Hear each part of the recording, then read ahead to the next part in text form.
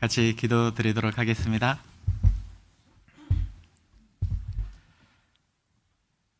사랑이 많으신 하나님 아버지 감사합니다. 저희를 죄악 가운데에서 구원해 주시고 주님의 자녀 삼아 주셨습니다. 그리고 구원받은 이후에 여전히 우리와 동행하시며 우리의 길을 인도해 주심으로 세상 그 모든 죄로부터 구별되어 거룩하신 주님의 일을 할 수 있도록 기회를 주셨습니다. 우리가 주님 오시는 그 날까지 이 땅 가운데에서 아직 주님을 모르고 헛된 삶을 살아가는 그 모든 사람들에게 복음을 힘있게 전할 수 있도록 도와주시기를 바랍니다. 우리는 연약하지만 우리 가운데 계신 주님을 의지하며 내게 주어진 일들을 충성되이 행할 수 있도록 도와주시기를 바랍니다. 오늘의 귀한 시간도 주님 안에서 함께 보낼 수 있도록 도와주시기를 바라며 언제나 저희를 사랑하시는 예수님 이름으로 기도드렸습니다. 아멘. 네, 요한계시록 3장 말씀을 같이 찾아보도록 하겠습니다. 요한계시록 3장 14절부터 22절까지입니다. 요한복음 3장 14절부터 22절입니다. 요한복음 3장은 가름끈 해주시면 감사하겠습니다. 3장 14절부터 22절.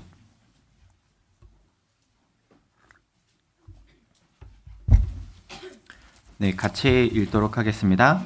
라오디게아 교회의 사자에게 편지하기를 아멘이시오 충성되고 참된 증인이시오 하나님의 창조의 근본이신 이가 가라사대 내가 내 행위를 아노니 내가 차지도 아니하고 더웁지도 아니하도다. 내가 차든지 더웁든지 하기를 원하노라. 내가 이같이 미지근하여 더웁지도 아니하고 차지도 아니하니 내 입에서 너를 토하여 내치리라. 내가 말하기를 나는 부자라 부유하여 부족한 것이 없다 하나 내 곤고한 것과 가련한 것과 가난한 것과 눈먼 것과 벌거벗은 것을 알지 못하도다. 내가 너를 권하노니 내게서 불로 연단한 금을 사서 부유하게 하고 흰 옷을 사서 입어 벌거벗은 수치를 보이지 않게 하고 안약을 사서 눈에 발라 보게 하라. 물은 내가 사랑하는 자를 책망하여 징계하노니 그러므로 내가 열심을 내라 회개하라. 볼지어다 내가 문 밖에 서서 두드리노니 누구든지 내 음성을 듣고 문을 열면 내가 그에게로 들어가 그로 더불어 먹고 그는 나로 더불어 먹으리라. 이기는 그에게는 내가 내 보좌에 함께 앉게 하여 주기를 내가 이기고 아버지 보좌에 함께 앉은 것과 같이 하리라. 귀 있는 자는 성령이 교회들에게 하시는 말씀을 들을지어다. 네, 다시 인사드리겠습니다. 안녕하십니까? 네, 전주 교회에서 교제하고 있는 정재유 형제입니다. 굉장히 가까운 데서 왔어요. 한 20분 정도 걸리더라고요. 굉장히 가까운 곳에 있음에도 불구하고 그동안 북부교회를 올 기회가 없었는데 오늘 또 이렇게 함께 교제할 수 있게 된 기회를 주셔서 너무나도 감사합니다. 아까 막 사랑합니다 인사를 할 때 저도 뭐 어떻게 사랑의 표시를 해야 될까 고민하다가 그냥 가만히 있었습니다. 네. 전주 북부교회가 아침에 이제 봉사회장님하고도 교제하면서 들어보니까 2006년도부터 자립해서 이제 복음을 전하게 된 것은 이제 홈페이지에 보고 알았는데 벌써 세 번째 이제 새로운 교회당 건축을 위해서 기도하고 마음 모으고 있다라고 들었습니다. 그리고 또 새로 짓는 교회당은 저기 뒤에 이제 그림에도 있는 것처럼 굉장히 아름답게 그리고 또 500여 평 되는 그런 계획을 하고 많이 수고하고 계시다라고 들었는데요. 정말 이 전주 북부 교회를 통해서 마지막 때 많은 분들이 또 구원받고 또 하나님께 영광을 돌리는 그런 시간들을 허락해 주시기를 또한 기도하도록 하겠습니다. 이 교회당이 넓어지고 빈자리가 많이 또 생기면 우리가 그만큼 입을 넓게 열리게 되고 벌리게 되고, 하나님께서는 분명 우리가 입을 넓게 연 만큼 넘치도록 또한 채워주시리라는 것을 우리가 믿어 의심치 않습니다. 그래서 가까운 곳에 있는 만큼 또 전주권인 만큼 저도 기도하면서 함께 이렇게 도울 수 있는 부분은 힘껏 도우도록 하겠습니다. 네, 요한계시록 말씀을 제가 14절, 15절을 다시 읽도록 하겠습니다. 라오디게아 교회의 사자에게 편지하기를, 아멘이시오, 충성되고 참된 증인이시오, 하나님의 창조의 근본이신 이가 가라사대, 내가 내 행위를 아노니 내가 차지도 아니하고 더럽지도 아니하도다. 내가 차든지 더럽든지 하기를 원하노라. 네, 요한계시록 이 말씀 속에는 처음에 이제 초반에 그 소아시아 교회에 있었던 7개의 교회에 대한 말씀들이 나오고 있습니다. 그 7개 있는 교회는 교회사에 있었던 그 시대적 모습을 나타내 주기도 하면서 또 한 시대에 있는 그 모든 교회의 모습을 보여주는 말씀이기도 합니다. 그러니까 지금 마지막 때 이제 주님 오시기 바로 가까운 이때를 이제 라오디게아 시대라고도 하면서 또 우리 시대의 라오디게아 교회의 특징이 가장 드러나게 나타난다라는 거죠. 그러면서 또 우리 시대의 에베소 교회의 모습도 있고 서모나 교회의 모습도 있고 빌라델비아 교회의 모습도 있는데 라오디게아 교회의 그 모습이 두드러지게 나타나는 시대라고 할 수가 있습니다. 그러면서 이 라오디게아 교회는 7개의 교회 중에 유일하게 칭찬을 받지 못한, 하나님 앞에 책망만을 받았던 그런 교회라고 할 수가 있습니다. 아마 그 라오디게아 교회에는 교회 안에 같이 성도라고 모여서 함께 교제는 나누고 있지만 정말 주님의 은혜 가운데 구원받지 못하고 그냥 그 무리 속에 섞여 있었던 사람들도 있었을 거다라고 생각을 합니다. 그래서 그 라오디게아 교회는 구원받지 못한 사람들이 같이 있었고, 하나님 보셨을 때 차지도 더럽지도 않은 미지근한 그런 모습으로 신앙생활을 하고 있었다라는 거예요. 사실 우리가 구원받고 신앙생활 하는 데 있어서, 우리가 살아가는 데 있어서 사람들의 평가는 중요한 것은 아니죠. 사람들이 나를 어떻게 평가하느냐는 사실 내가 크게 이렇게 마음에 두고 살아가야 될 만큼 중요한 문제는 아니라고 할 수가 있어요. 사실 정말 중요한 것은 하나님께서 나의 삶을 어떻게 보시느냐, 하나님께서 나의 삶에 대해서 어떠한 평가를 내리시느냐가 사실 굉장히 중요하고, 그것이 이후에 나의 모든 삶 가운데 영원한 천국까지 이어진다라고 할 수가 있겠죠. 그래서 구원받은 사람, 그리고 구원받지 못한 사람, 구원받은 사람 중에서도 주님 앞에 충성된 사람, 그리고 충성되지 못한 사람, 충성된 사람 중에서도 정말 자신의 모든 것을 들여서 충성된 사람, 그리고 어느 정도 타협하면서 충성된 사람 등 하나님께서는 그 모든 것들을 공평하게 정확하게 보시고 우리에게 상급으로 갚아주신다라고 이렇게 말씀을 하십니다. 14절을 보면 라오디게아 교회의 사자에게 편지하기를, 아멘이시오, 충성되고 참된 증인이시오, 하나님의 창조의 근본이신 이가 가라사대. 라오디게아 교회는 소아시아에 있었던 7개 교회 중에서 유일하게 칭찬을 받지 못한 교회였는데, 라오디게아 교회는 이 14절의 모습이 그 무엇보다도 가장 부족했던 모습을 가지고 있었습니다. 바로 14절에 충성된 모습, 그리고 참된 증인으로서의 모습, 하나님의 창조의 근본을 아는 것에 대해서 라오디게아 교회는 가장 부족한 모습을 가지고 있었습니다. 14절을 보면 라오디 교회의 사자에게 편지하기를, 아멘이시오, 아멘이시오. 주님께서는 자신을 가리켜서 아멘이라고 하셨는데요. 아멘이신 이가 가라사대.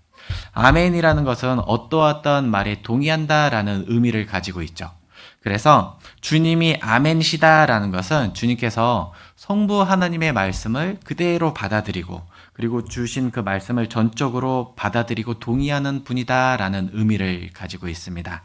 그래서 여기 요한계시록 3장은 가름끈 해주시고 고린도 후서 1장 말씀을 찾아보도록 하겠습니다. 고린도 후서 1장 20절입니다.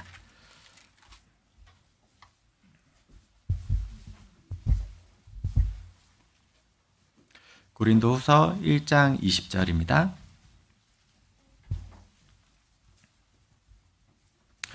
같이 읽도록 하겠습니다. 하나님의 약속은 얼마든지 그리스도 안에서 예가 되니 그런즉 그로 말미암아 우리가 아멘하여 하나님께 영광을 돌리게 되느니라. 주님은 성부의 말씀을 그대로 받아들일 뿐 아니라 주님 자신이 아멘이시기 때문에 하나님의 모든 약속이 주님 안에서 반드시 이루어진다라는 거죠. 그래서 하나님의 모든 약속은 예수님 안에서, 예수 그리스도 안에서 아멘으로 다 이루어지게 됩니다. 우리가 이 아멘을 믿고 구원을 받은 거예요. 우리가 구원받고 그리스도 안에 들어온 사람이 안전하고 영원히 멸망하지 않는다라는 근거가 뭐냐? 바로 아멘이신 하나님이죠. 그리고 내가 구원받고 신앙생활 하는 가운데 내 시간, 내 재물, 나의 어떠한 달란트 같은 것들을 나를 위해서 사용하지 않고 주님을 위해서 사용했을 때 주님께서는 그 모든 것들을 다 살펴보시고 천국에서 상급과 영광으로 갚아주신다라는 근거가 뭐냐라고 생각한다면 또한 역시 하나님은 아멘이시기 때문에 그렇다라는 거죠. 그 하나님은 아멘이시기 때문에 하나님께서 주신 약속의 말씀이 있어요. 그 약속의 말씀을 붙잡고 살아가는 우리의 모든 신앙생활이 결코 그냥 시간이 지나서 없어지는 것이 아니고 영원한 천국에서 영원토록 나를 영광스럽게 만들어준다라는 거죠. 그 약속의 말씀이 있기 때문에 우리가 지금 이 시간에도 주님의 말씀을 배우고 주님을 위해서 헌신하고자 그러한 삶들을 살아가는 거죠. 지금 전주 북북교회 형제 자매님들도 새로운 교회당 건축을 마음 모아서 준비하고 있잖아요. 막 기대가 되고 있죠. 근데 그 과정 속에서는 분명 여기 계신 분들의 그 수고 그리고 헌신이 반드시 필요할 겁니다. 뭐 시간도 필요하고 나의 노동도 필요하고 나의 재물도 필요할 거예요. 근데 우리가 기꺼이 그 새로운 교회당을 건축하는 것에 내 마음을 두고 내 재물과 내 시간을 드리는 이유가 뭐냐? 하나님의 약속의 말씀이 있기 때문에 그렇다라는 거예요. 하나님의 약속의 말씀이 아멘이기 때문에 나에게 그러한 마음이 생겼고 기꺼이 행동으로 옮겨질 수 있다라는 거죠. 하나님께서는 거짓이 없으십니다. 사단 마귀는 거짓의 아비죠. 그런데 하나님께서는 하신 말씀 중에 어떠한 것도 거짓이 없어요. 창세기부터 요한계시록까지 기록되어 있는 모든 하나님의 말씀은 진리이고 그 말씀대로 이루어진다라는 거죠. 그래서 우리가 그 주님을 믿고 살아갈 때 우리는 보다 더 힘있게 주님을 위해서 드릴 수 있게 되는 겁니다. 그리고 우리가 이 땅에서 살아가는 동안에 잠시 잠깐 후면 이제 주님께서 재림하시고 구원받은 사람들을 한 명도 빠짐없이 다 데려가신다는 것을 우리는 믿고 또 그날을 소망하면서 살아가고 있죠. 세상 사람들이 생각했었을 때는 그것은 도저히 이해가 되지 않는 거잖아요. 사람들이 갑자기 사라진다? 그것은 도저히 이해가 되지 않는 말씀이라고 할 수가 있습니다. 그런데 우리는 그 아멘이신 하나님께서 주신 말씀이기 때문에 반드시 그렇게 이루어질 것이다 라는 것을 믿기 때문에 그 날을 소망하면서 지금의 이 세상에서의 삶들을 살아가고 있다라는 거예요. 사실 제가 예전에 친한 친구, 저에게 있어서 굉장히 친한 친구를 전도했었습니다. 구원 받자마자 가장 먼저 생각났던 것은 우리 가족들, 그리고 그 친구가 생각이 났어요. 그래서 제가 이제 멀리 인천에서 살고 있는 친구를 전도하기 위해서 회사에서 이제 그 연차를 내고 그 친구하고 이제 같이 말씀을 들었어요. 근데 그 친구가 말씀을 잘 듣다가 휴거되는 부분에 대해서 마음이 콱 막힌 거예요. 너는 이게 믿어지냐? 이게 말이 된다고 생각해? 상담을 통해서 계속 그러한 것들에 대해서 말씀을 풀어주시는데 그 친구가 받아들이지를 못하는 거예요. 근데 세상 많은 사람들 중에 휴거라는 것 자체를 그냥 거부하고 믿지 못하는 사람들이 많이 있잖아요. 하지만 우리는 그 잠시 잠깐 후에 주님께서 이 땅에 오시면 구원받은 사람들은 단 한 명도 빠짐없이 주님께서 데려가신다라는 것을 우리는 믿습니다. 그리고 그것을 믿기 때문에 휴거되지 못한 모든 사람들은 이후에 영원한 지옥 형벌이 있다라는 것도 믿기 때문에 우리가 지금 많은 핍박과 눈물을 흘리면서도 내 옆에 있는 가족들, 내 사랑하는 친구들을 전도하려고 그렇게 힘쓰는 거잖아요. 사실 우리가 따져보면 우리가 새로운 교회당을 건축하고자 하는 목적도 뭐냐? 내 가족, 내 사랑하는 사람, 그리고 더 많은 사람들에게 힘있게 복음을 전하기 위해서잖아요. 사실 주님께서 다시 오신다라는 그 소망이 없으면, 주님께서 나에게 영원한 상급을 주신다라는 소망이 없으면, 그리고 끝까지 구원을 받지 못한 사람이 영원한 지옥에서 고통받는다라는 그 사실을 내가 믿지 못하면, 우리는 지금의 내가 살아가고 있는 이러한 날들을 보내지 못하고 단지 세상 사람들과 동일한 그러한 쾌락을 좇으며 살아갈 수밖에 없다라고 생각을 합니다. 그런데 요한계시록 3장을 다시 돌아가 보면은요,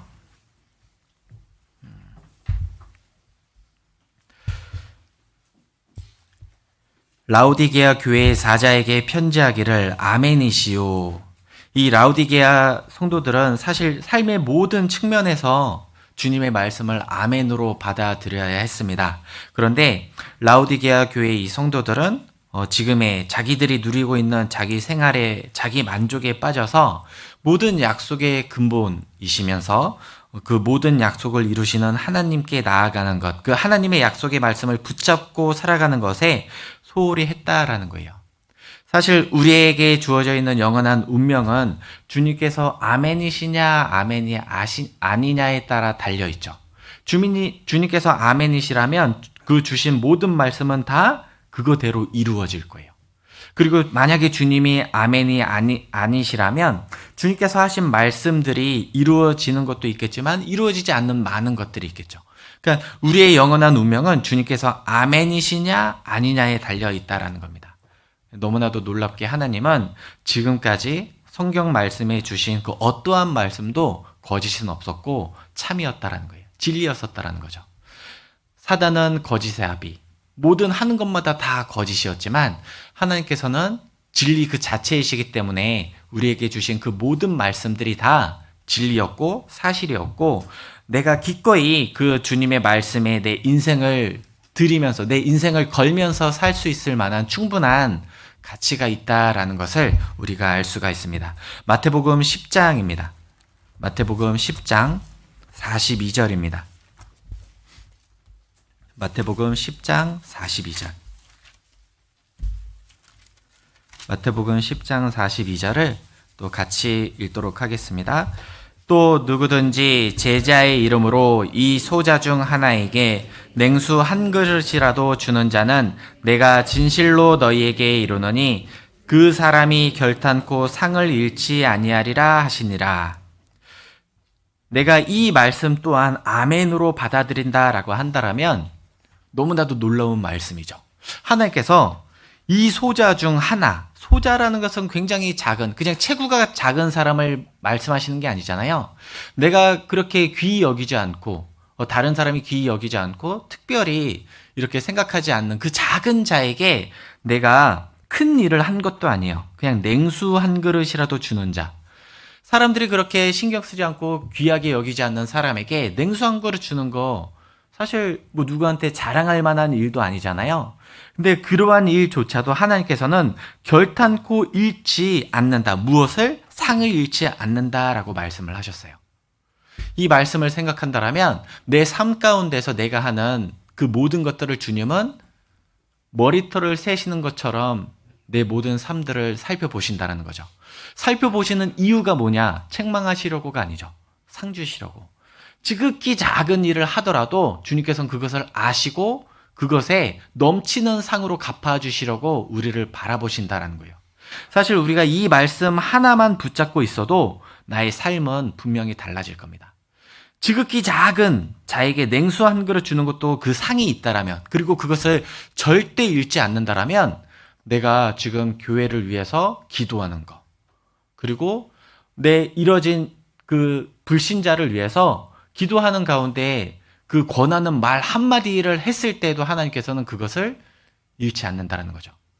지금 이제 소식들을 보니까 전주 북부교회도 4월 달에 어머니의 낮 집회가 있고 또 청년회 주간 집회가 있는 걸로 알고 있습니다. 그리고 5월에는 이제 대전도 집회도 있고. 근데 소식지에서 보니까 청년회 집회 기도 부탁이 한 24명, 5명 이렇게 나와 있는 걸로 봤거든요. 물론 우리가 다 간절한 마음으로 기도를 하잖아요. 그리고 전도를 하죠. 그냥 다른 사람 내니까 나도 내야겠다 하는 마음으로 내는 분은 단 아무도 없을 거다라고 생각을 합니다. 다 간절한 마음으로 기도하는 가운데 그분들이 말씀을 듣고 구원받기를 원하는 마음으로 전도를 하죠. 사실 저희도 이제 지지난주에 이제 대전도 집회가 있었습니다. 제가 담당하고 있는 교구에서 이제 집회 전에 기도 부탁이 70명이 나왔어요. 근데 이제 실제 참석한 거는 한 21분 정도가 참석을 했습니다. 기도 부탁이 많이 나왔지만 기도 부탁 대비는 그렇게 많이 참석하지 못했잖아요. 그 21분이 적은 숫자는 아니지만 기도한 것에 대해서는 못 나오시는 분들이 더 많다라는 거죠. 근데 우리는 자칫 눈에 보이는 것을 바라보면 어떤 마음이 드냐면 낙심될 수가 있어요. 그리고 더군다나 이제 제가 담당하고 있는 교구는 한 20분이 참석하셨는데 옆에 교구는 한 40명 정도 참석하셨더라고요. 그러니까 당연히 임원분들 입장에서는 뭔가 위축되고 좀 이렇게 실망할 수도 있잖아요. 근데 저는 하나님께서는 많고 적은 것보다 우리의 마음을 보신다라는 것에 초점을 더 맞추고 교구 임원분들과 교제를 했어요. 물론 참석해서 구원 받으면 더할 나위 없이 좋죠. 근데 전도는 해서 말씀은 들었는데 구원받지 못한 분들이 계십니다. 그리고 전도의 말을 권했는데 참석하지 못하신 분들이 있어요. 내가 이번에 참석하려고 했는데 미안해, 참석하지 못하게 됐어. 이런 분들도 계시겠죠. 그리고 또 어떤 분들은 아예 대놓고 면박을 주면서 참석하지 않으신 분들도 있다라는 거예요. 우리가 봤을 때는 구원받은 분들, 구원받지 못한 분들, 말씀 자체를 아예 안 들은 분들로 우리가 더 많은 칭찬을 받지 않을까라는 생각도 하게 되겠죠. 근데 하나님은 우리의 마음 중심을 보신다라는 거예요. 내가 그 전도하기 위해서 권하는 그 말 한마디, 내가 그 전도하기 위해서 그 상황이 두렵지만, 그 전도의 말을 했을 때 그 상황이 두렵지만 그 두렵고 떨리는 마음을 이기기 위해서 그 영혼을 바라보며 기도했던 그 모든 날들, 하나님은 그것들을 보시고 귀하게 보신다라는 거죠. 그리고 비록 말씀을 듣지 못했어도 내 마음을 보시고 하나님께서는 상으로 준비를 하신다라는 거예요. 마태복음 10장에 분명하게 말씀을 하셨잖아요. 소자 중 하나에게 냉수 한 그릇 주는 것. 사실 누구한테 가서 자랑할 만한 일들이 아니잖아요. 근데 하나님은 기억하신다라고 했거든요. 그럼 내가 그 불신자를 향해서 간절한 마음으로 기도하고 권하는 것을 하나님은 잊겠느냐라는 거예요. 분명히 다 보신다라는 거죠. 그러니까 우리는 내가 주어지는 상황 속에서 내가 할 수 있는 일을 정말 마음을 다해서 한다라면 하나님은 그것을 보셔요. 우리는 결과까지를 어떻게 좋은 결과가 나오기를 바라보지만 사실 결과는 나에게 속한 건 아니죠. 결과는 하나님께 속해 있고 하나님께서 도와주시기를 기도해야 되는 거예요. 내가 할 일은 뭐죠? 기도하는 거, 그리고 권하는 거, 핍박이 있더라도 권하는 거. 그러한 것들을 내가 충성되게 하면 분명 하나님께서는 나를 통해 그리고 우리를 통해서 주님의 놀라운 역사를 이루어 주신다라는 거예요. 그러니까 지금 이제 기도 부탁하고 있는 낮 집회라던가 청년의 집회, 대전도 집회를 위해서 우리는 지금 내가 할 수 있는 최선의 것을 해야 된다라는 거예요. 지금부터 기도를 해야 되고 지금부터 권해야 된다라는 거죠. 한 번, 두 번 권했을 때 거절할 수도 있죠. 혹은 핍박할 수도 있을 거예요. 하지만 그럼에도 내가 할 수 있는 건 뭐냐? 내가 할 수 있는 것은 주저앉고 낭망하는 게 아니에요. 내가 할 수 있는 것은 기도하고 다시금 권하는 거죠. 그것을 내가 끊임없이 반복했을 때 한 영혼 한 영혼이 주님의 말씀 앞으로 나오고 구원받는 역사가 일어날 수 있다라는 겁니다. 근데 그것을 내가 주님이 아멘이시다라는 것을 바라보는 사람은 더 힘있게 할 수가 있을 거예요. 왜? 주님의 약속이 있으니까. 주님의 약속을 바라보는 사람, 그 약속이 반드시 이루어질 거다라고 믿는 사람은 주님 앞에 분명 다른 삶을 살아갈 수 있게 될 겁니다. 그리고 요한계시록 3장을 다시 돌아가 보겠습니다.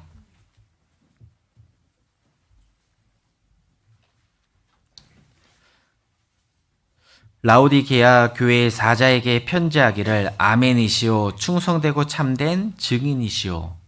그리고 라오디게아 교회에게 부족했던 모습은 충성되고 참된 증인으로서의 모습이 부족했다라는 거예요. 사실 우리가 충성되고 참된 주님의 증인이기 때문에 주님의 모든 말씀을 아멘으로 받아들일 수가 있는 거잖아요. 그래서 그 아멘으로 받아들였기 때문에 충성되고 참된 증인이 또한 될 수가 있을 겁니다. 이 세상에서도 많은 재판들이 이루어지고 있죠.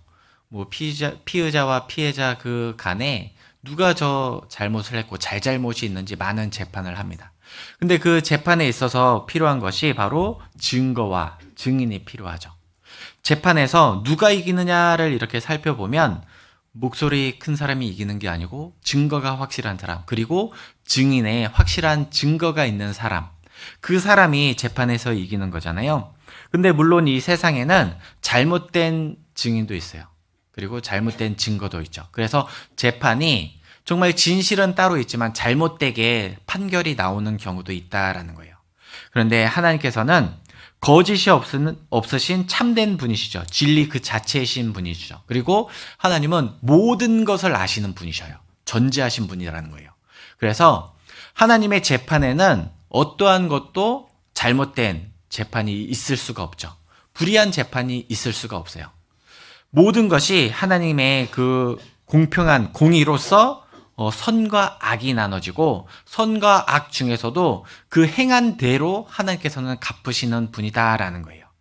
그런데 라우디게아 교회에 이 충성되고 참된 증인의 모습을 강조하신 이유가 뭐냐?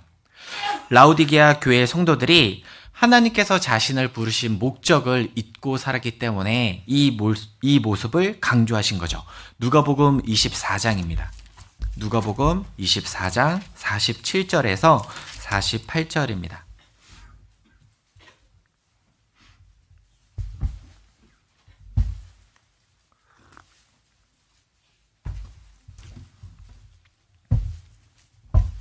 누가복음 24장 47절에서 48절입니다.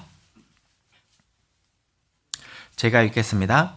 또 그의 이름으로 죄사함을 얻게 하는 회개가 예루살렘으로부터 시작하여 모든 족속에게 전파될 것이 기록되었으니 너희는 이 모든 일의 증인이라. 사도행전 말씀도 찾아보겠습니다. 사도행전 1장입니다. 사도행전 1장 8절입니다.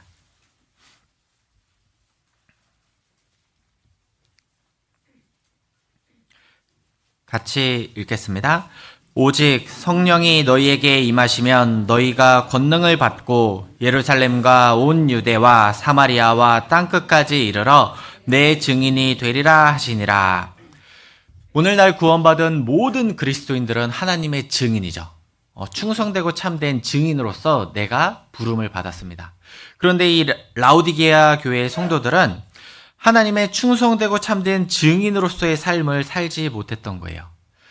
유대인들은 여호와의 증인입니다. 그런데 신약시대에 구원받은 그리스도인들은 바로 그리스도 예수의 증인으로서의 삶을 살기 위해서 우리가 구원받고 부르심을 받았습니다. 그러니까 우리가 주님의 증인이기 때문에 우리는 살면서 무엇을 증거해야 되느냐? 예수 그리스도에 대해서 증거를 해야 된다는 거예요. 우리는 증인으로서의 그러한 삶의 목적을 분명하게 알고 살아야 된다는 거죠. 교통사고가 일어났을 때 그것을 본 목격자가 있어요. 증인으로 부름을 받았습니다. 그럼 그 증인은 뭘 증거해야 됩니까? 교통사고의 목격자면? 제가 어려운 거 질문 드린 건 아니죠? 제가 요즘에 많은 생각을 하게 돼요. 교구 모임을 할 때도 저는 쉬운 질문을 드린다. 당연히 대답하시겠지라고 이렇게 해서 질문을 드리면 대답을 잘 안 하시는 거예요. 그래서 제가 스스로 이제 반성하고 있어요. 내가 질문을 너무 어렵게 드렸나? 그래서 다시금 한번 질문을 드리려고 합니다. 교통사고가 났을 때 교통사고를 목격한 증인이 있어요. 그 증인이 재판의 증인으로서 불렸습니다. 그럼 그 증인은 뭘 증거해야 됩니까? 교통사고를 증거해야 되는 거예요. 이 증인이 다른 거 증거하기 위해서 부름 받은 게 아니잖아요. 그 증인은 교통사고가 어떻게 해서 발생했는지 그 사건을 증거하기 위해서 부름을 받았다라는 거예요. 그래서 우리는 그리스도의 증인이에요. 그리스도 예수의 증인으로 부름받았습니다. 그래서 우리는 뭘 증거해야 되죠? 제가 또 어려운 질문 드린 거 아니죠? 바로 그리스도 예수에 대해서 증거해야 되는 거예요.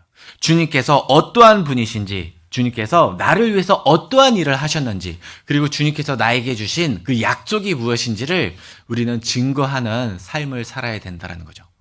단지 우리가 세상에서 다른 어떠한 세상에서 성공하기 위한 방법을 증거하기 위해서 우리가 구원받은 것이 아니고, 이 세상에 있는 사람의 삶의 목적, 그리고 하나님이 살아계시다는 그 증거, 그리고 하나님께서 나를 보실 때 어떠한 모습으로 바라보시는지, 내가 하나님 앞에 어떠한 죄인인지를 증거해야 된다는 거예요. 그리고 이 죄인으로서 삶을 살다가 결국 하나님을 알지 못하고 죽으면 지옥 영원한 형벌에 있다라는 것을 증거해야 되죠. 그리고 내가 아무런 낙이 없이 소망 없이 이 지옥에서 헤어나올 수 있는 힘이 없는 무능하고 연약한 상태인데, 그런 나를 위해서 하나님의 독생자 예수 그리스도를 보내주셨다라는 것을 증거해야 되는 거예요. 그리고 그 죄 없으신 하나님의 아들 예수님께서 나를 대신해서 그 모든 죄짐을 지시고 십자가에 피 흘려 돌아가셨다라는 것을 증거해야 된다라는 거예요. 우리는 그것을 증거하기 위해서 부름을 받았고, 내가 그것을 증거하기 위해서 구원을 받은 거예요. 구원받은 이후에 내가 여전히 이 땅에 살아가고 있는 목적이 뭐냐? 그것을 증거하기 위해서 살아간다라는 거죠.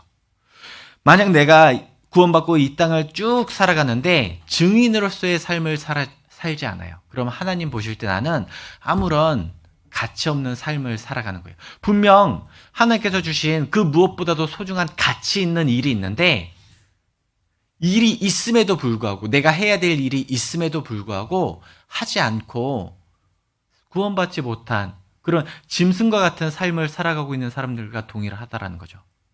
존귀에 처하나 깨닫지 못하는 자는 멸망하는 짐승 같도다. 왜 멸망하는 짐승 같냐? 가치를 모르거든요. 자기의 그 존재의 가치를 모르는 거예요.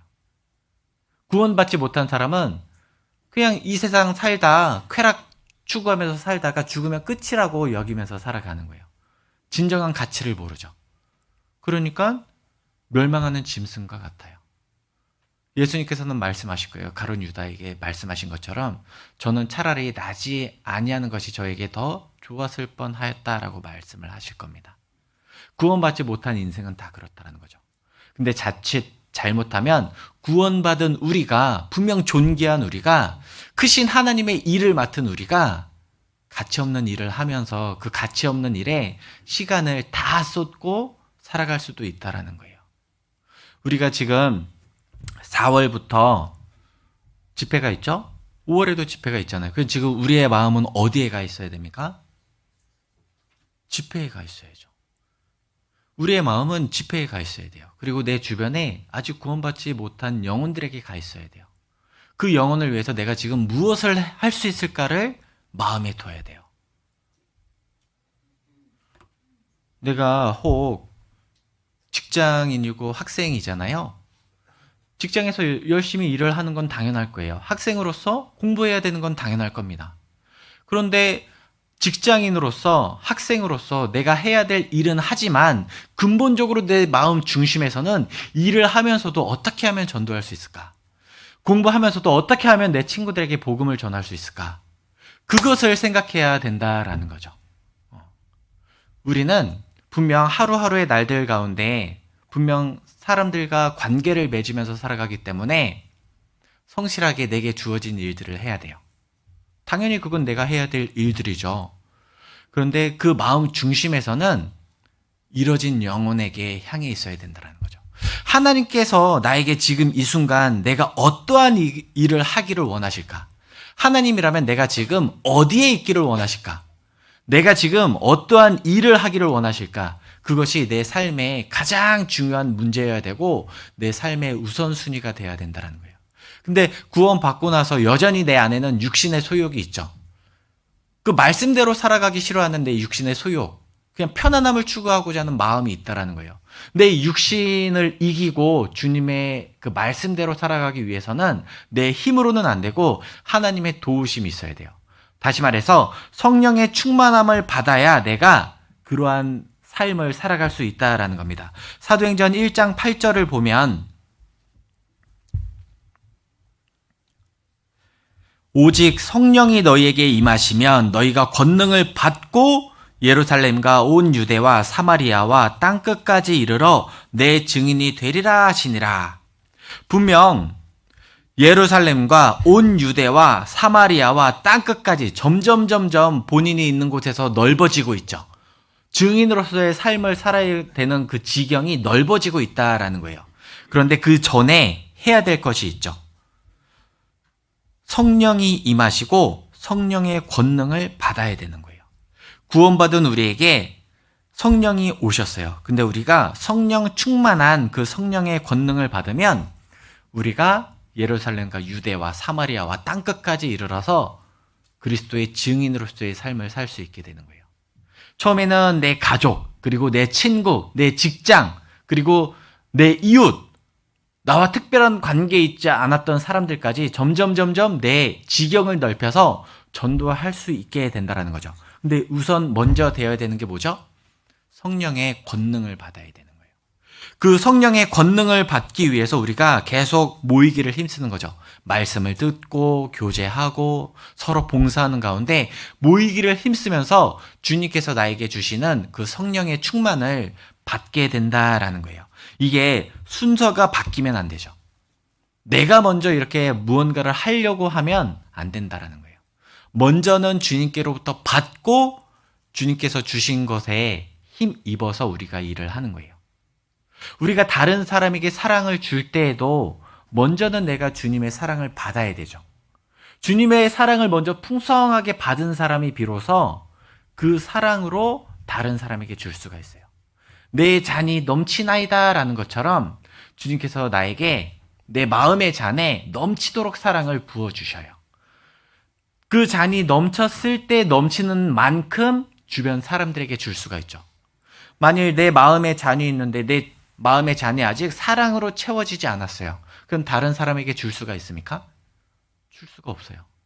먼저 내 마음에 채워져야 그 다음에 이제 넘치는 것들을 다른 사람에게 줄 수 있다라는 거죠.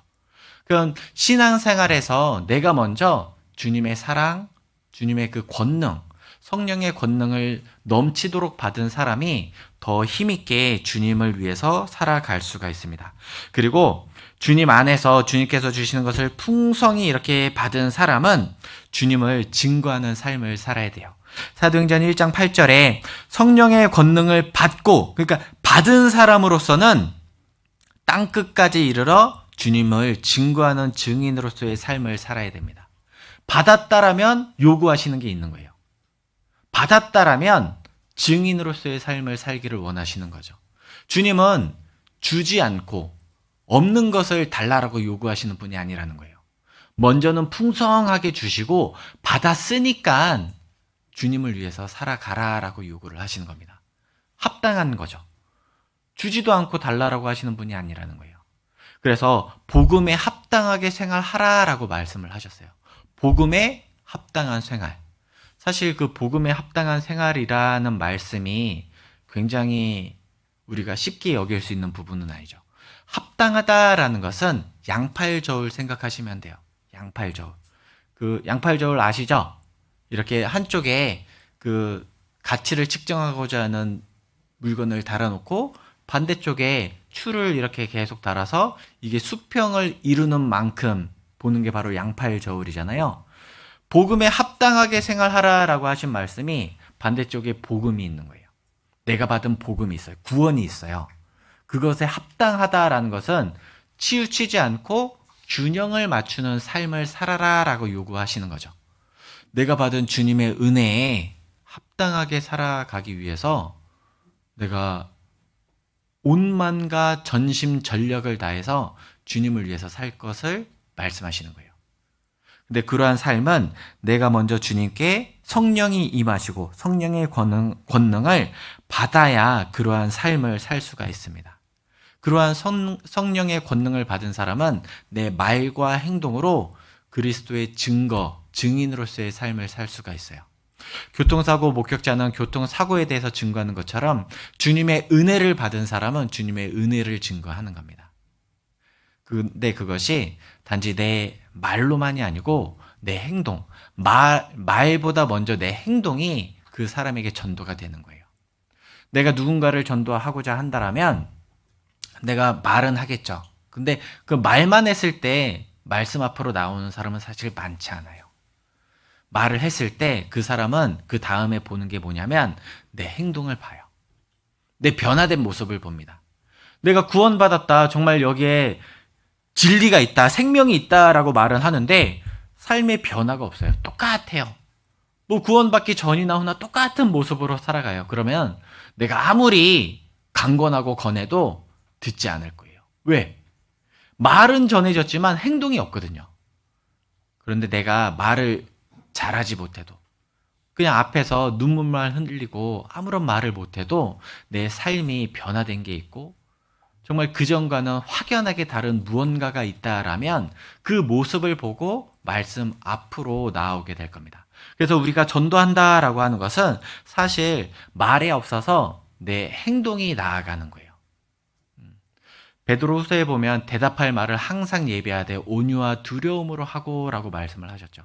대답할 말을 항상 예비하래요. 근데 묻기 위해서는 내 삶에 무언가 변화가 있어야 물어올 거 아니에요. 뭔가 희한하게 여겨질 거 아닙니까? 내가 말씀을 듣고 구원받았는데 아무런 변화가 없어요. 그러면 이상하게 생각할 것도 없어요. 그냥 다시 교회 다니기로 했나 보다. 근데 무언가 변화가 있어요. 그럼 신기하겠죠. 그리고 살펴볼 거예요. 그리고 너 어떻게 그렇게 변화가 되었어? 어떻게 그 전에 하던 것들을 끊고 교회를 그렇게 즐겁게 다니게 되었어? 교회 가면 뭐가 있어? 물어볼 거라는 거예요. 내 삶의 모습이 있어야 내가 증인으로서의 그러한 삶을 살 수가 있습니다.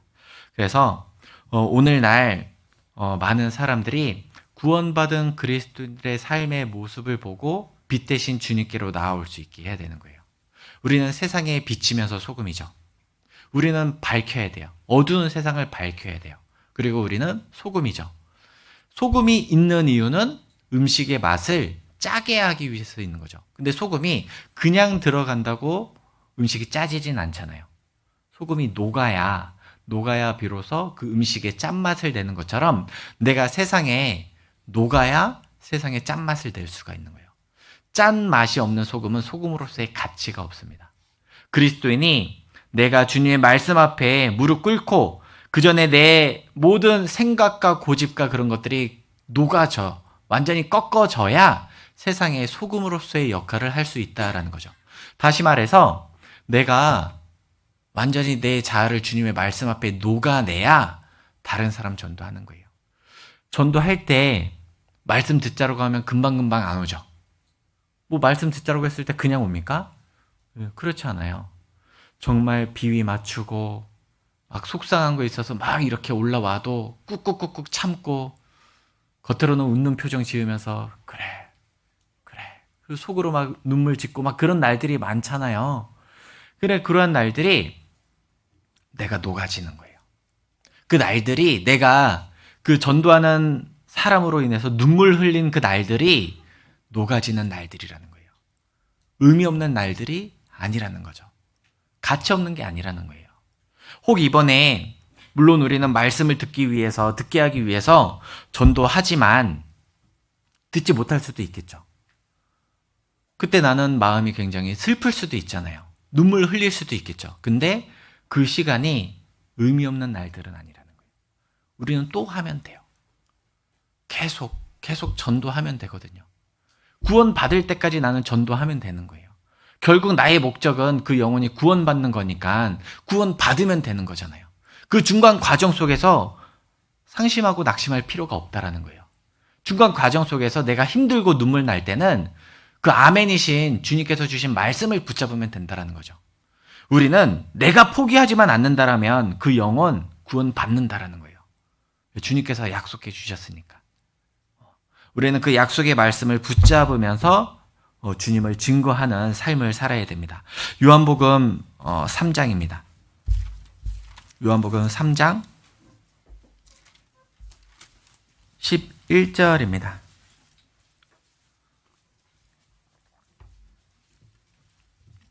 요한복음 3장 11절 말씀을 같이 읽겠습니다. 진실로 진실로 내게 이르노니 우리 아는 것을 말하고 본 것을 증거하노라. 그러나 너희가 우리 증거를 받지 아니하는도다.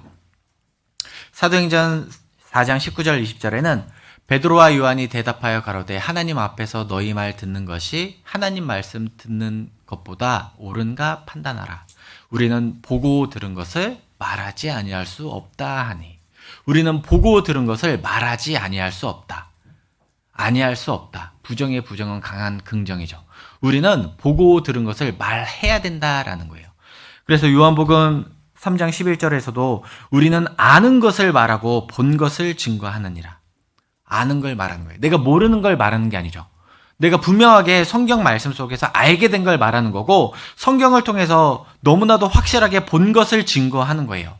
하나님이 계시다라는 거, 사람의 영혼이 있다라는 거, 사람의 영혼이 있기 때문에 죽음으로 끝이 아니고 영원한 천국과 지옥이 있다라는 거. 모든 사람은 다 천국 가고 싶어 하는데 하나님 앞에 그 천국의 기준이 너무나도 명확하게 있다라는 거. 내가 홀이라도 남김이 없이 다 갚기 전에는 결단코 거기서 나오지 못하리라. 하나님은 천국과 지옥에 대한 기준을 애매하게 하지 않고 명확하게 죄가 하나도 없는 사람은 천국 온다라고 그 기준을 주셨다라는 것을 말하고 증거해야 되죠. 그런데 그 하나님 앞에 나는 너무나도 죄가 많은 죄인이라는 것도 증거해야 되고, 그런 나를 위해서 하나님께서 예수님을 보내주셨다라는 것을 증거해야 되는 거예요. 우리는 보고 들은 것을 말하고 증거하는 거죠. 그리고 구원받은 사람에게 있는 그 소망, 천국 소망에 대해서도 우리는 증거를 하는 거예요. 구원받은 사람들을 구원받지 않은 사람들이 보면 이해가 안 되잖아요. 뭐 부유하지도 않고 쉬는 날에 뭐 쉬는 것도 아니고 교회 가고, 월, 화, 수, 목, 금 이랬으면 토요일 쉬어야 되는데 토요일, 일요일 교회 가고, 교회 가서 뭐 하나 봤더니 봉사하고, 다른 사람 이렇게 밥 해주고, 자매님들이 굉장히 격하게 공감하시네요. 남이 해주는 밥이 가장 맛있다고. 그래서 자매님들이 특히 수양관 가면 좋다고 하시던데. 수양관, 다른 사람들은 여름에 이제 어디 갈까 막 여행지 찾아보고 있는데, 넌 어디 가? 그럼 난 교회 가. 휴가 안 가? 나 휴가야. 교회 가서 뭐 하는데? 봉사해. 무슨 봉사? 여러 가지 봉사하죠. 주차 봉사, 식당 봉사, 분리수거 봉사. 아마 구원받지 않은 사람이 수양관 와서 내 친구 이렇게 수양관에서 뭐 하나 이렇게 보면 까무러칠 거예요. 너 이거 하려고 지금 휴가 왔냐? 이해가 안 되겠죠. 근데 우리에게는 그 가운데 기쁨이 있어요. 주차 봉사하면서 화내시는 분 보셨어요? 제가 어려운 거 질문 드린 거 아니죠? 화내는 분 없다라는 거예요. 그 뜨거운 식당에서, 더운 식당에서 땀 뻘뻘 흘리면서 봉사하면서 화내는 분 없다라는 거예요. 그 모습 보고 새로 오신 분이 마음이 열려요. 야, 뭐 봉사하면서 뭐 저렇게 웃어? 난 차 안에만 있어도 더워 죽겠는데 뭐 저렇게 더운 곳에서 뜨겁게 봉사를 하면서 웃지? 아마 비전센터 뒤쪽에 분리수거장 가면 더 까무러칠 겁니다. 저 많은 쓰레기를 다 분리수거하고 있는데 왜 다 즐겁게 웃으면서 하는 거야? 이해가 안 되죠. 우리에게는 주님께서 주신 소망이 있기 때문에 가능한 거예요. 만약 나에게 주님께서 주신 소망, 그 천국에 대한 소망이 없다라면 우리는 결코 그 일을 감당할 수 없을 겁니다. 근데 그러한 것들이 내게 있는 이 소망, 천국 소망, 내가 이 땅에서는 땀 흘리고 힘들고 눈물 짓고 내가 열심히 일해서 번 돈을 교회를 위해서 사용하지만 그것이 정말 나에게 기쁨이다. 왜? 나에게는 이 땅이 아니고 천국에서의 소망이 있기 때문에 그것을 우리는 말하고 증거해야 된다는 거예요. 확실한 증인의 말은 힘이 있다라고 말씀을 하셨습니다. 그것을 내가 힘있게 증거할 때 그 내 모습 속에서 내 말에 힘이 있고 내 말과 행동을 통해서 구원받는 사람이 있다라는 거예요. 그리고 사도행전 1장을 다시 찾아가 보면, 사도행전 1장을 찾아가 보면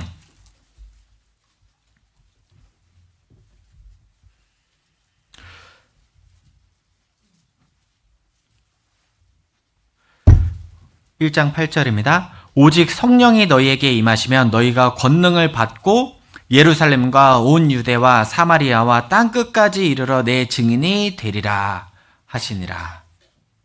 주님께서는 내 주변에 있는 사람들에게만 복음 전하라고 하지 않으셨다라는 거예요. 땅끝까지. 근데 순서가 있죠? 예루살렘과 유대와 사마리아와 땅끝까지. 점점 우리는 지경을 넓혀야 돼요. 가까운 곳에서부터 시작해서 더 멀리까지. 그리고 나와 정말 친한 사람부터 시작해서 그렇게 친하지 않은 사람들까지. 나에게 도움을 줬던 사람부터 시작해서 나에게 정말 눈물 나게 했던 사람들까지. 모든 사람에게 우리는 복음을 전해야 된다라는 겁니다. 우리가 회사 생활, 직장 생활, 같은 말이네요. 직장 생활하고 학교 생활 하다 보면 내 주변에 있는 사람들이 다 내 마음에 들고 친한 사람이 아니죠. 어떤 사람은 정말 나한테 친한 사람, 나한테 잘해주는 사람이 있는 반면에 어떤 사람은 괜한 거 가지고 그냥 교회 다닌다는 걸로 트집 잡고 막 이렇게 괴롭히는 사람이 있을 수도 있다는 거예요. 하나님께서는 나한테 잘해주는 사람에게만 골라서 전도하라고 하지 않으셨죠. 그리스도인들을 선대한 사람들만 전도하라고 하지 않으셨다라는 거예요. 땅끝까지 이르러. 내가 지구 반대편까지는 가지 못할지라도 내가 있는 곳에서 나를 핍박하는 사람을 전도하는 게 바로 주님께서 말씀하신 땅끝까지 이르러 전도한다라고도 볼 수가 있을 거예요. 왜? 내 바로 옆에 있으면서 나를 괴롭히고 나를 눈물 짓게 하는 사람 전도하는 것만큼 힘든 게 없거든요. 사실 직장에서 보면 막 마주치기 싫은 사람이 있을 수 있잖아요. 막 멀리서 복도에서 걸어오는 거 보면 딴 길로 가고 싶은 사람이 있을 수도 있다라는 거예요. 저만 있었어요? 다들 마음이 넓으셔서 그런 사람이 있을 수 있다라는 거죠. 근데 주님은 그 사람들에게도 복음을 전하라고 요구하시는 거예요. 왜? 내가 받은 게 너무나도 귀하니까. 그 영혼 지금 이 7, 80 인생 가운데 나한테 눈물 짓게 한다라고 하지만 사실 나한테 눈물 짓게 한 거는 길어봤자 몇 년일 거예요. 근데 그렇다라고 해서 내가 복음을 전하지 않으면 그 영혼 어디 가죠? 지옥 가잖아요. 그 나한테 잠깐 눈물 짓게 한 것 때문에 영원한 지옥에 보낼 수는 없잖아요. 그러니까 주님께서는 나에게 땅끝까지 이르러 내 증인이 되라라고 하셨어요. 근데 그게 쉽지 않잖아요. 마주치기도 싫은 사람한테 권하기 쉽지 않잖아요. 그래서 필요한 게 먼저 주님께서 주시는 사랑을 풍성히 받아야 되는 거예요. 성령의 권능을 풍성하게 받아야 내 육신의 생각들을 이기고 나를 핍박하는 사람에게까지 복음을 전할 수가 있다는 거예요. 그리고 그 영혼이 정말 구원받아서 그 영혼으로 인해서 또 다른 많은 열매가 맺어진다라면 하나님 앞에서는 너무나도 큰 일을 했다라고 하나님은 반드시 상급으로 보상해 주실 겁니다. 그런데 그 일에는 분명 하나님께서는 쉽지 않다라고 미리 말씀하셨어요. 분명 그 길이 쉽지 않다. 쉬운 길 가라고 하는 게 아니다. 분명 쉽지 않지만 가야 될 길이기 때문에 가라라고 우리에게 요구를 하십니다. 고린도 후서 11장입니다. 고린도 후서 11장 23절입니다.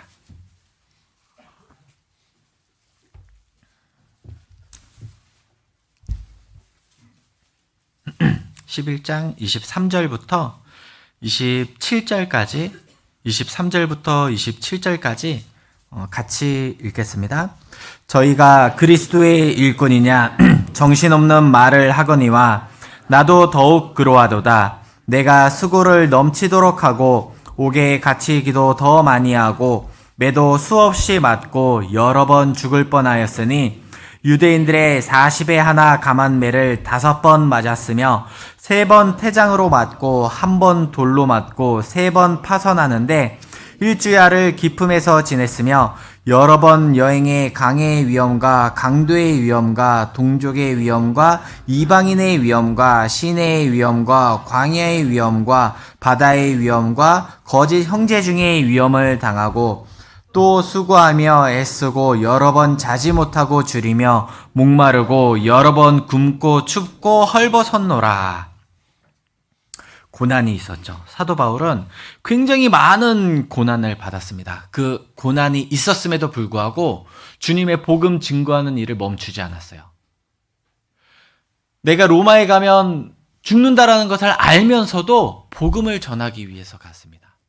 그 복음을 전하는 일에 많은 고난과 핍박이 있지만 그 고난과 핍박 때문에 복음 전하는 것을 두려워하지 않았다라는 거예요. 우리가 그러한 모습으로 살아야 되죠. 복음을 전하는 일에는 분명 고난이 있어요. 높은 산이 있고 깊은 골짜기가 있어요. 하지만 우리가 그 길을 가야 되는 이유가 뭐냐? 주님께서 가라고 하시거든요. 주님께서 가신 길이거든요. 주님께서 먼저 가시고 우리에게 가라고 하시거든요. 그러니까 우리는 가는 거예요. 내가 왜 그 고난을 핍박을 받아야 되죠? 왜 내가 주님의 복음, 그 좋은 것을 전해주고자 하는데, 복음이야말로 정말 좋은 소식, 기쁜 소식인데, 그것을 전해주려고 가는 길에 내가 왜 눈물을 흘려야 되죠? 주님께서 눈물 흘리라고 하시니까 흘리는 거예요. 다른 것 없어요. 주님께서 나에게 하라고 하시니까 하는 거예요. 받은 사랑이 너무 크니까 주님께서 나에게 하라고 하시면 그냥 하는 거예요. 주님께서 나를 위해서 대신 피 흘려 돌아가신 주님께서 나에게 무엇을 요구하신들 내가 왜 재야 되죠?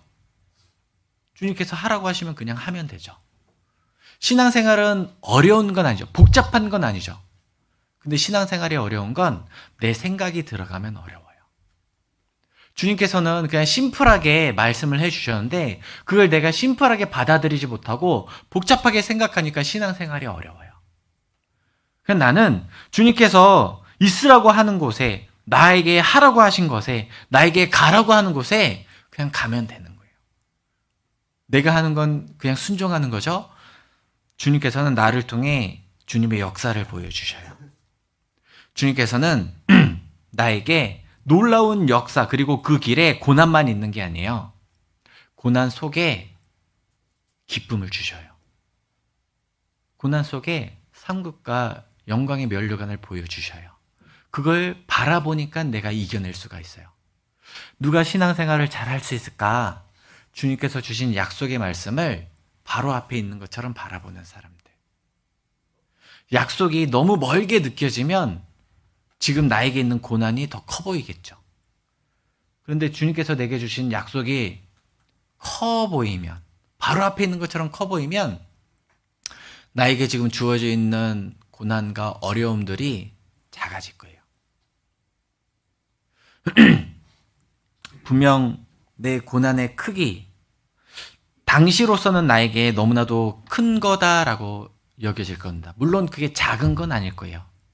그런데 주님께서 나와 함께 하시고 주님께서 나에게 주시는 상급과 그 위로에 비하면 작은 거예요. 주님의 그 상급과 위로에 비교하면 작은 거다라는 거예요. 그래서 시편 89절에 보면 또 궁창의 확실한 증인 달같이 영원히 경고케 하리라 라고 하신 것처럼 우리는 증인으로서 부름을 받았고 증인으로서의 삶을 살아가면 주님께서 우리를 견고하게 해주세요. 그 길을 걸어가는 데 있어서 넘어질지라도 다시 일어날 힘을 주시고 끝까지 그 길을 완주할 수 있도록 주님께서 도와주신다는 거예요. 주님께서 나와 함께 하시고 나에게 힘을 주신다라면 내가 못할 게 없죠. 전능하신 분이 나와 함께 하시는데 나한테 주지 못하실 게 뭐가 있고 내 삶 가운데 이루지 못하실 것이 뭐가 있겠어요. 그것을 아멘으로 받아들이는 사람은 더 힘있게 살아갈 수 있다라는 거예요. 그리고 요한계시록 3장입니다. 요한계시록 3장 14절입니다.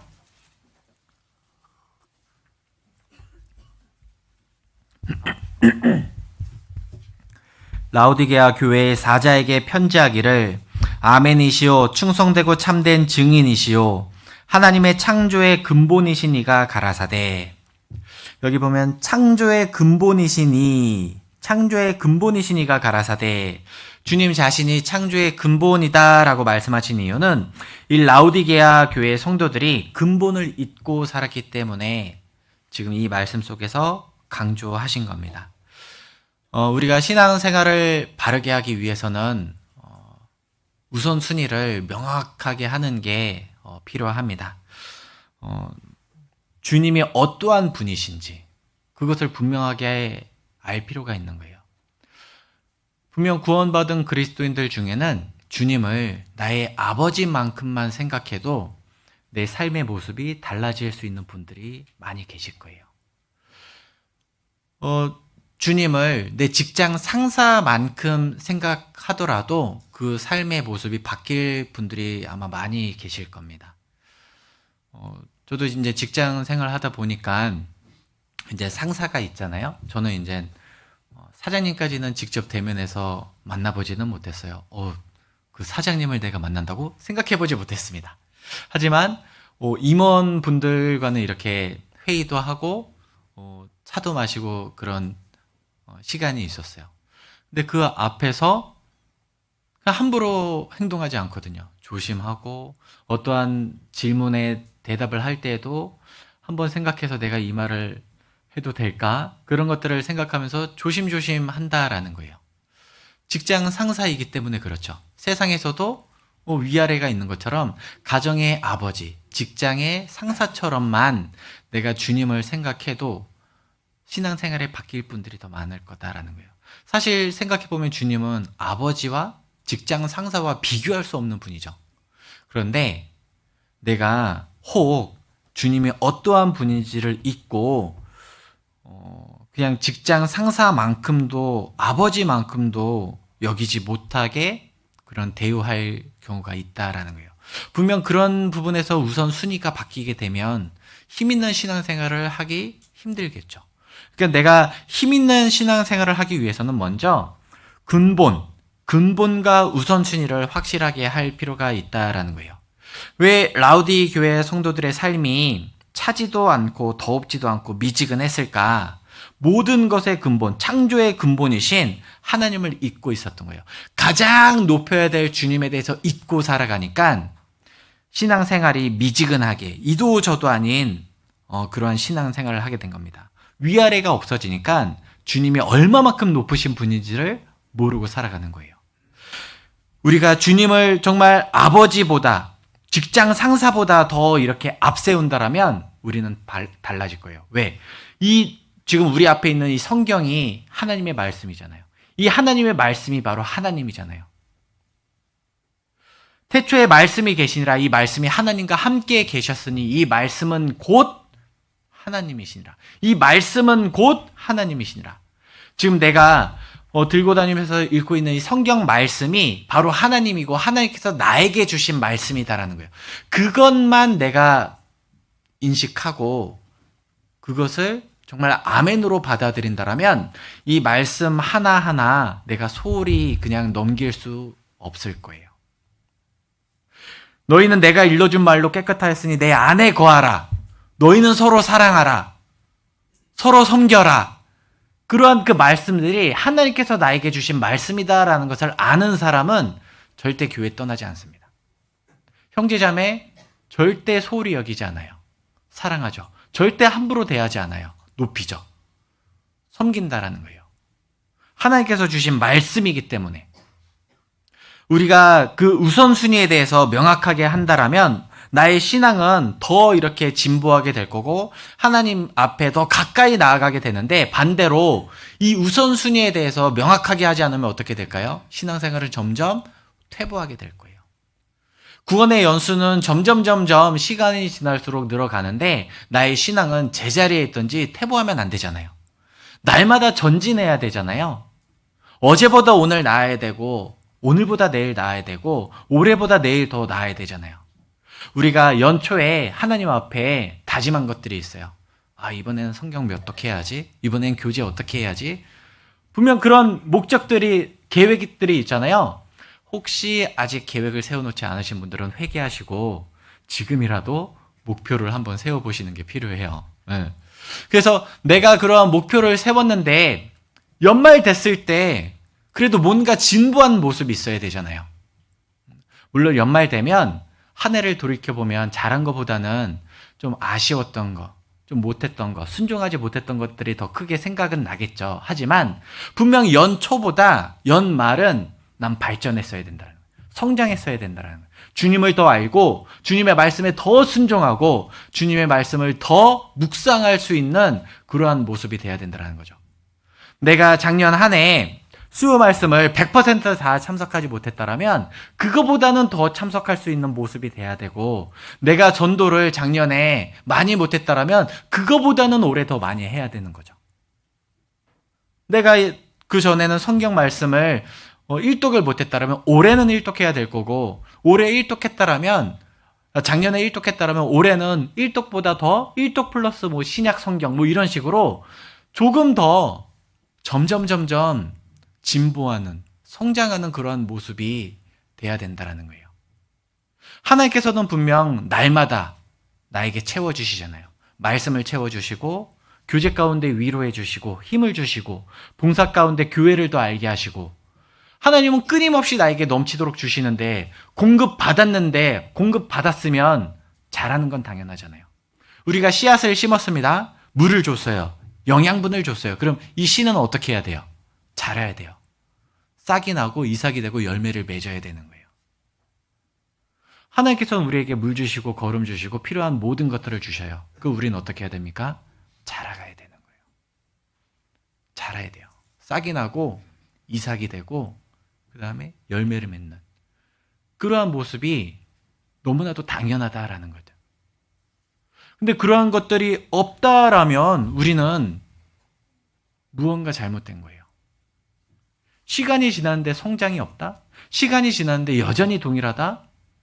그러면은 두 가지겠죠. 그 씨가 잘못됐든지 생명이 없든지, 아니면 생명은 있는데 공급을 못 받는 거예요. 아무런 공급을 못 받는 거예요.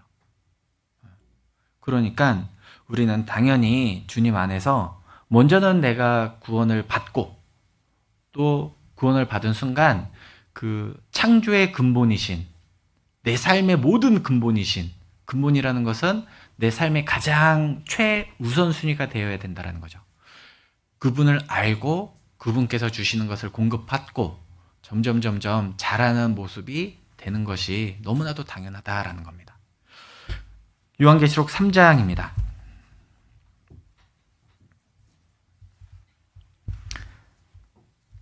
15절입니다. 내가 내 행위를 아노니 내가 차지도 아니하고 더웁지도 아니하도다. 내가 차든지 더웁든지 하기를 원하노라. 라우디게아 성도들의 그 차지도 않고 더웁지도 않은 그런 미지근한 신앙 상태의 모습을 책망하는 말씀입니다. 차지도 않고 더웁지도 않아요. 사실 오늘날 많은 사람들이 빠르게 막 하루를 살아가죠. 그래서 요즘에 그런 말 혹시 들어보셨어요? 분초사회. 분초사회. 오늘 전조북부 좀 힘듭니다. 말씀은 집중해서 잘 들으시는 것 같은데 대답을 하나도 안 하셔서. 분초사회, 젊은 분들은 들어보셨을 것 같은데, 네. 그 하루에 시간 24시간 1440분이잖아요. 그거를 이제 시간 단위가 아니고 초로 이렇게 나눠서 생활할 만큼 굉장히 빠르게 살아가는 오늘날 그 사회의 모습을 표현한 거예요. 그래서 분초 사회다. 그러니까 굉장히 빠르게, 그러면서 굉장히 세밀하게 촘촘하게 살아가는 모습을 보여주는 건데요. 특히나 우리나라 사람들의 그 일하는 속도, 생활하는 속도는 굉장히 빠르죠.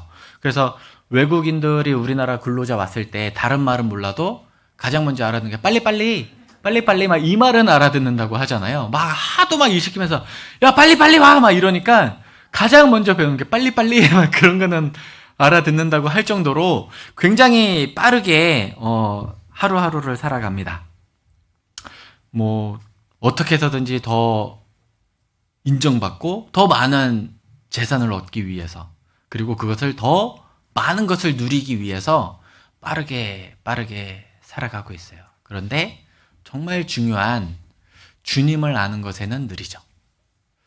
정말 빠르게 알아야 될 주님에 대해서는 굉장히 느리게 살아간다라는 거예요. 세상 사람들이 그래요. 그리고 오늘날 구원받은 우리 형제 자매님들 중에도 구원받고 났으면 이제 교회 안에서 주님을 점점 알아가고 신앙이 성장하는 것에 더 빨라야 되는데, 주님 일에 더 힘쓰는 것이 더 빨라야 되는데, 그것에는 또 느린 모습을 보일 수도 있다라는 거예요. 근데 생각해 보면 왜 정말 그 확실한 말씀 속에서 구원을 받았는데 주님을 알아가는 것에 좀 더디고 신앙이 성장하는 것에 더디고 주님께 자신을 드리는 것에 더딜까라는 것을 생각해 보면 라우디게아 교회의 모습처럼 차지도 더없지도 않은 거예요. 내 신앙생활이 완전히 세상에 빠진 것도 아니고 완전히 교회 안에 있는 것도 아니고 차지도 더없지도 않으니까 미지근한 신앙생활이 되는 겁니다. 이 라우디게아 지방 앞에는 히에라볼리라는 지역이 있다라고 합니다. 그래서 히에라볼리에서 나오는 물은 굉장히 뜨거운 물이래요. 그런데 이게 흘러서 라우디게아 교회 지역까지 이렇게 쭉 오면서 이게 차지도 않고 더웁지도 않은 그러한 미지근한 상태가 된다라고 하는 거예요. 그러니까 뜨거웠는데 라우디게아 지방까지 오면서 식은 거죠. 뭔가 섞인 거잖아요. 그럴 때 미지근한 신앙생활을 하는 거예요. 16절을 보면 내가 이같이 미지근하여 더웁지도 아니하고 차지도 아니하니 내 입에서 너를 토하여 내치리라. 그리고 토하여 내친다라고 말씀하셨는데 미지근하면서도 그 물에는 흘러들어온 물에는 광물질이 많이 섞여 있어서 사람이 먹을 수가 없대요. 마실 수가 없대요. 그러니까 주님께서는 이 라우디게아 지역의 그 특징을 이용하셔서 라우디게아 교회 성도들에게 교훈을 주시는 거예요. 차지도 더웁지도 않은 미지근한, 그리고 광물질이 섞여 있어서 마실 수 없는, 토하여 내치는 그러한 상태를 보여주신 겁니다. 먹으면 막 마시면 속이 막 매끄럽고 구역지로 올라와서 메스껍고 구역지로 올라와서 뱉어버린다는 거예요. 내 신앙생활에 다른 것이 섞이면 차지도 더웁지도 않아요. 그리고 주님 보실 때 내칠 만큼 받아들일 게 없는 거예요. 주님은 회색을 싫어하십니다.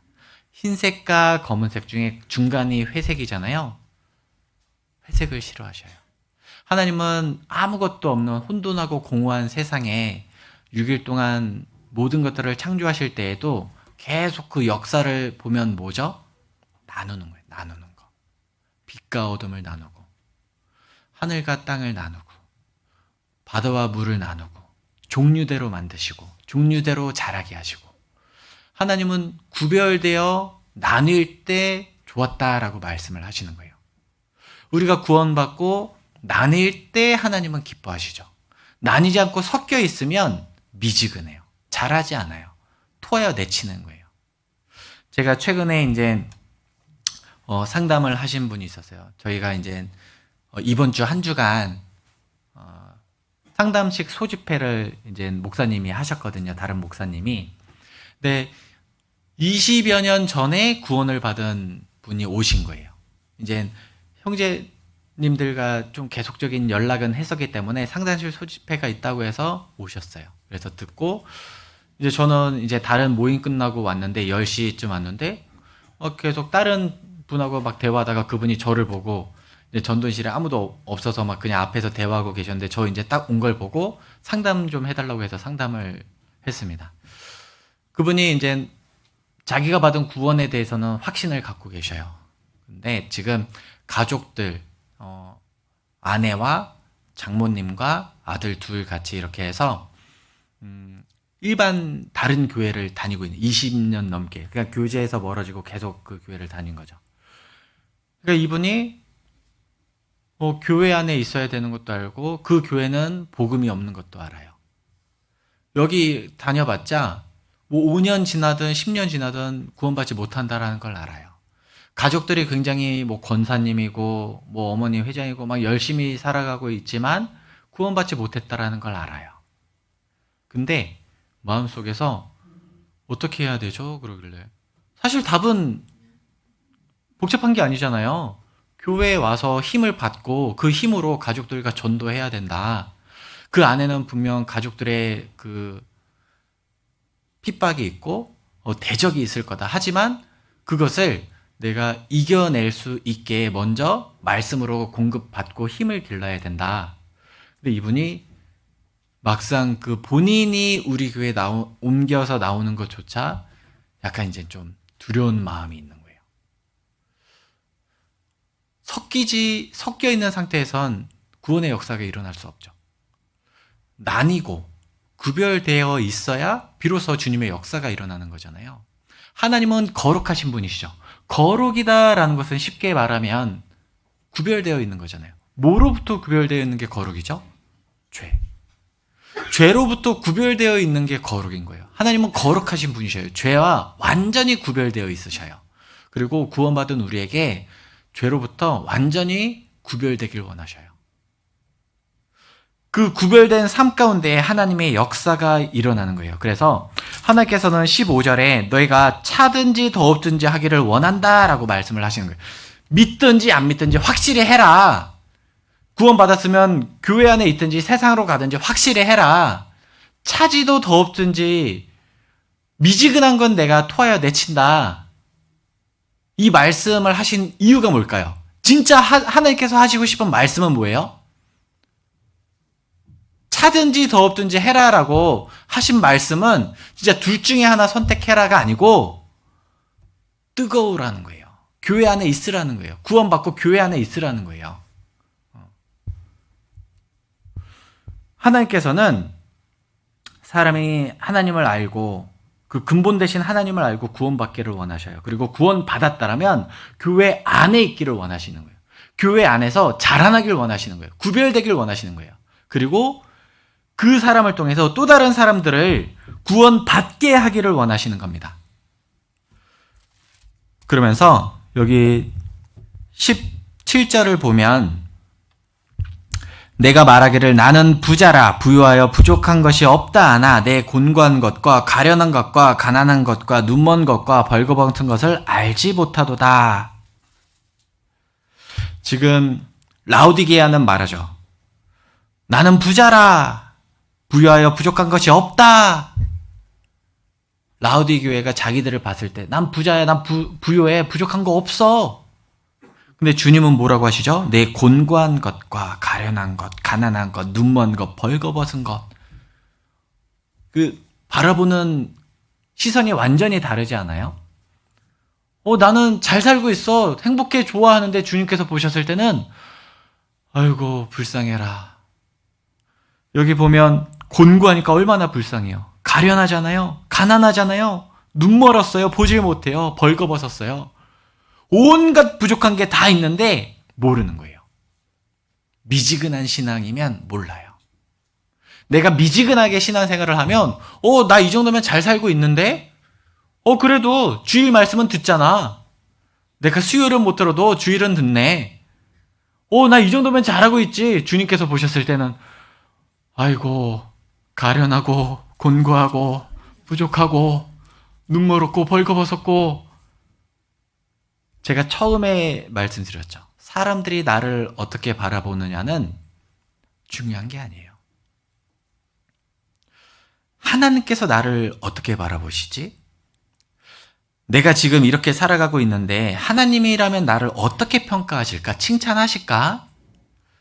이 소자 중 하나에게 냉수 한 그릇이라도 주는 자는 내가 결단코 그 상을 잃지 아니하리라 라고 말씀하셨는데 그 작은 것도 상으로 주시겠다라고 주님 말씀하셨는데 나는 그 상을 쌓아가고 있는 삶을 살아가고 있나?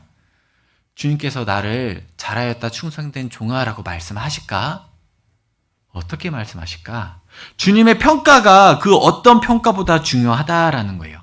그래서 그 교회에게 라오디게아 교회에게 18절을 말씀하시는 거예요. 내가 너를 권하노니 내게서 불로 연단한 금을 사서 부요하게 하고 흰 옷을 사서 입어 벌거벗은 수치를 보이지 않게 하고 안약을 사서 눈에 발라 보게 하라. 내가 너한테 권하니까 불로 연단한 금은 믿음을 가리킵니다. 근데 불로 연단했죠. 고난 가운데 믿음이 있는 거예요. 그 믿음을 가진 사람은 부유하게 되죠. 그리고 흰 옷, 죄에서 구별된 그 흰 옷, 구원의 그 흰 옷을 입으면 그 수치를 가리게 되는 거예요. 벌거벗은 그 수치를 가리는 건 구원의 옷을 덧입어야만 가능하잖아요. 그러니까 그 고난 가운데 그 믿음으로 구원받고 구원의 옷을 입어라. 그리고 그 안약, 말씀을 통해서 눈을 발라보게 해라. 그 말씀을 통해서 영적인 것을 밝히 봐라라고 요구하시는 거예요. 내가 구원받기 전에는 어두웠었어요. 소경이었죠. 근데 말씀을 듣고 구원을 받으니까 이제 보게 된 거예요. 아, 사람들이 7, 80 인생이 전부가 아니구나. 우리의 연수가 70이고 강건하면 80이라도 그 연수의 자랑은 수고와 슬픔뿐이니 신속히 가니 우리가 날아가나이다. 야, 7, 80 인생이 돌이켜보면 수고와 슬픔밖에 없구나. 날아가는구나. 야, 근데 이 세상 가운데에서 뭐 아무리 많은 것을 누리고 먹고 좋은 것 봐도 그게 전부가 아니구나. 죽음 후에 영원한 세상이 있구나. 알게 됐죠. 그리고 이 안에 있으면서 말씀을 듣는 가운데 야, 내가 이 땅에서 주님을 위해서 헌신해서 살면 영원한 천국에서 구원뿐 아니라 넘치는 은혜를 주시는구나. 그걸 보게 되는 거예요. 그러니까 말씀 가운데 하나님께서 주신 약속을 바라보게 되는 거죠. 그러니까 말씀을 가까이 할수록 하나님을 더 알게 되고 말씀을 가까이 할수록 그걸 밝히 보게 되는 거예요. 그러니까 라오디게아 교회가 지금 보지 못하는 소경의 상태로 있으니까 그 안약을 사서 눈에 발라서 좀 봐라. 너네가 지금 처해 있는 위치를 봐라. 상황을 봐라. 그것 좀 보고 좀 돌이켜 회개해라. 라고 말씀을 하시는 거예요. 내가 말씀을 가까이 할 때 나를 진단할 수가 있어요. 내가 혹 교회 가운데 힘이 없고 말씀을 듣는 가운데 정말 그 무엇이 더 중요한지를 알지 못한다라면 나는 지금 소경의 상태로 있는 거예요. 안약을 사서 내 눈에 발라서 밝히 봐야 된다는 거죠. 밝히 보는 사람이 전도할 수 있어요. 밝히 봐야 전도하잖아요. 밝히 본다라는 것은 지금 내 옆에 있는 불신자 결국 끝까지 구원받지 않고 죽으면 지옥 가는 게 밝히 보이는 사람은 전도하잖아요. 우리가 교회가 왜 소중하냐? 교회를 통해서 내가 볼 수가 있거든요. 시대의 흐름을 볼 수가 있거든요. 우리는 망각해요. 망각하기 때문에, 있기 때문에 하나님께서 주신 날들, 수고와 슬픔뿐인 이 날들을 살아갈 수도 있는 거예요. 잊는다라는 게 꼭 나쁜 건 아니죠. 잊었기 때문에 내가 삶 가운데 극심한 그런 슬픔도 잊고 살아가요. 부모님이 돌아가실 때, 배우자가 돌아가실 때 그게 생생하게 기억난다라고 하면 살아갈 수 있는 사람은 없어요. 너무나도 큰 슬픔이 있으니까. 근데 사람들이 살아가는 이유가 뭐죠? 잊으니까. 그러니까 잊는다는 게 꼭 나쁜 것만은 아니지만 우리는 잊지 말아야 될 것도 잊는다라는 거예요. 주님께서 내게 주신 은혜를 잊어요. 주님께서 내게 주신 약속의 말씀을 잊어요. 지금 내가 있는 위치에서 해야 될 일들이 무엇인지를 잊는다라는 거죠. 네, 말씀을 가까이 하면 우리는 그것을 더 힘있게 살아갈 수가 있습니다. 주님께서는 그 일을 위해서 쉬지 않고 일하신다라는 거예요. 요한복음 찾아보도록 하겠습니다. 요한복음 5장입니다. 요한복음 5장 17절.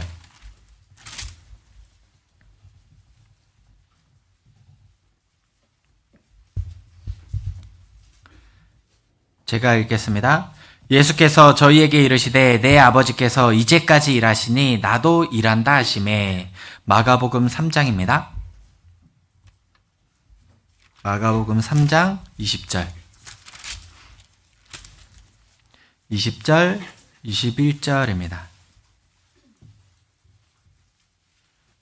마가복음 3장 20절, 21절 같이 읽겠습니다. 집에 들어가시니 무리가 다시 모임으로 식사할 겨를도 없는지라. 예수의 친속들이 듣고 붙들러 나오니 이는 그가 미쳤다 하밀려라. 예수님께서는 쉬지 않고 이 공생의 기간에 주님의 일을 하셨습니다. 여기 보면 식사할 겨를도 없이 그 모습을 보고 친속들이 미쳤다. 주님은 이 세상에서 대접받지 않았어요. 미쳤다. 우리가 구원받고 내가 구원받은 걸 주변 사람들이 알아야 돼요. 너 교회 다녔었어? 이러면은 안 되는 거예요. 그럼 구원받은 걸 알아야 돼요. 그리고 사람들한테 교회 미쳤다. 사람들은 칭찬이 아닌 의도로 말했겠지만 우리는 사실 주님께 미쳐야죠. 교회에 미쳐야죠. 주님 일에 미쳐야 되는 거예요. 사실 사람들은 생각해보면 무언가에는 미쳐서 살아가요. 돈에 미치던, 쾌락에 미치던, 취미생활에 미치던, 가족에 미치던 무언가에 미치고 살죠. 근데 그건 다 썩어 없어지는 거잖아요. 주님께 미치면 주님은 영원하잖아요. 영원한 상급이잖아요. 사람들은 무언가에 미치는데 가치 없는 것에 미치지만 우리는 가치 있는 것에 미쳤다라는 거죠. 내가 말씀을 연구하는 거에 미쳐야 되고 교회에 참석하는 거에 미쳐야 되고 봉사하는 거에 미쳐야 되고 형제자매 섬기는 거에 미쳐야 된다라는 거예요. 불신자를 전도하는 것에 미쳐야 된다라는 거예요. 예레미야 20장 말씀을 찾아보겠습니다.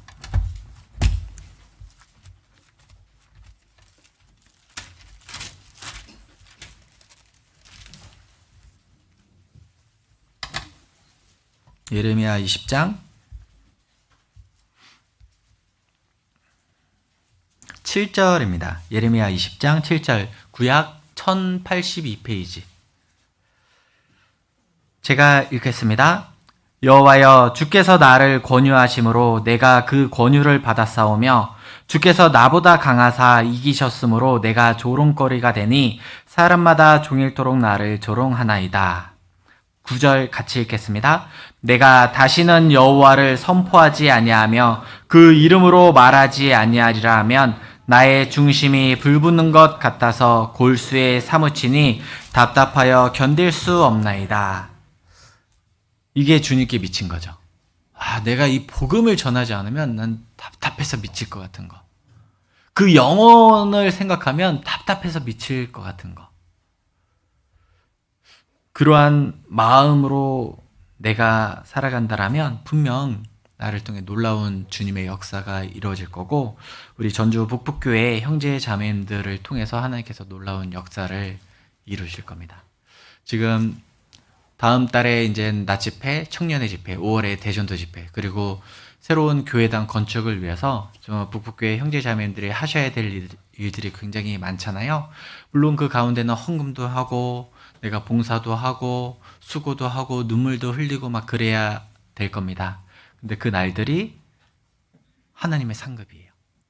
내가 주님께 드리는 만큼 주님은 1대1로 갚아주시는 분이 아니에요. 배로 넘치도록 비교할 수 없을 정도로 갚아주시는 분입니다. 그래서 그것을 바라보면서 더 힘을 내시는 전주 북북교회 형제 자매님들이 되었으면 좋겠습니다. 제가 기도하고 마치도록 하겠습니다.